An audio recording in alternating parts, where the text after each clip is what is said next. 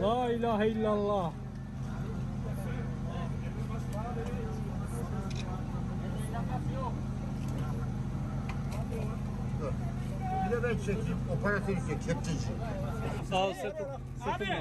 Peering out from under a large slab of concrete and brick, Abdulalim whiny gestures weakly at his rescuers.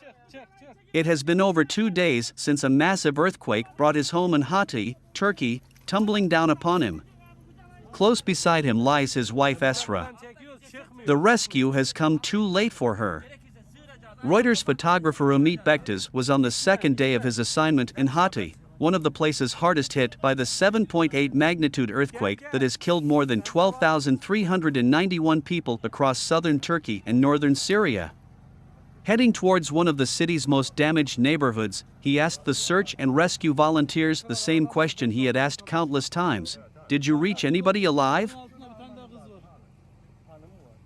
This time, they said yes, they had found Abdulalim. Abdulalim's legs were trapped underneath concrete, but he was conscious and able to talk to his rescuers. Umit was unable to speak directly with Abdulalim, but 2 of his friends were standing nearby. They said Abdulalim was of Syrian origin, from Homs. He had fled the civil war and married Esra, a Turkish woman. The couple had 2 daughters, Masan and Bisaira, they said. It was unclear what had happened to the girls. Rescues can take a long time, and some hours later Umit returned, where he eventually saw Abdulalim being pulled out of the rubble. He was covered in gray dust, one eye was swollen, he was dehydrated and needed medical attention. But he survived. His family did not. On the ground lay 3 bodies wrapped in blankets: Esra, Masan, and Bisaira. Gerekirse sığıracağız, ayağın koparcasına çekip çıkaracağız abi. İçme. Let's go. Gel. Bende var.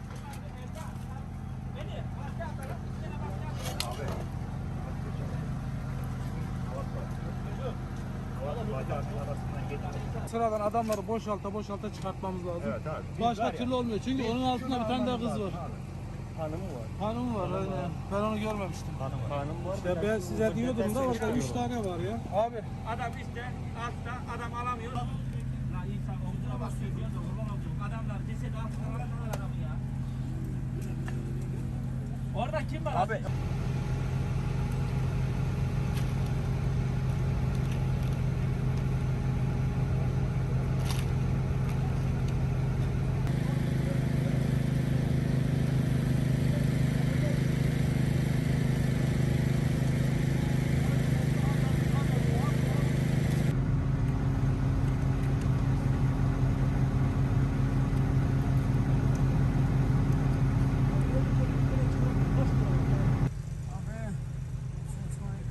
Büyük küçük fark etmez, verin. Şu koy.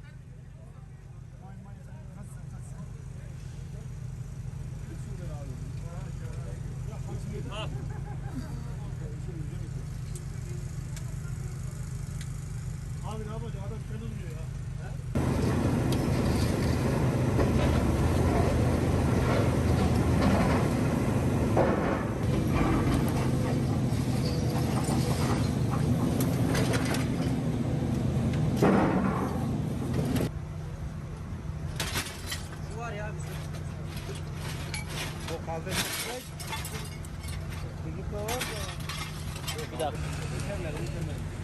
Ondan oynama baba. Ondan oynama ya. Avuç açık gelecek, biliyor musun? Camı al abi, camı al. Dur sen içeri gir. Ver bana. Ver bana. Ben ne aldım?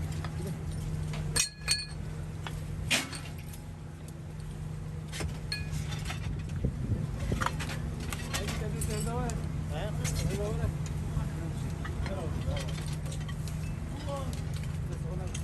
Yok gerek yok. Yok şükür.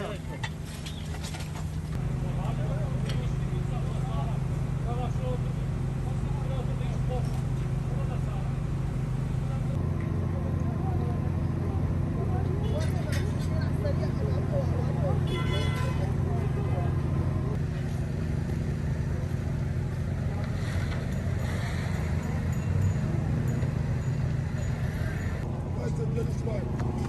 Özet gel İsmail. Bilgi ver, bilgi. Bilgilerini ver.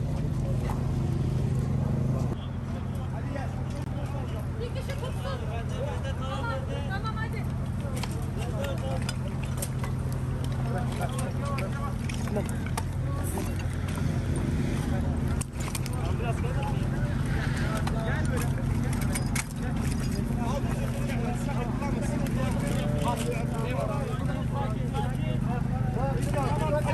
Açılın buradan. Açılın buradan. Şuradaki yorganı getirin bana. Yorganı getirin. Hadi açılın. Açıl. Yaklaş. Hadi. Açılın buradan. Bir eli değil. Boş hastayım.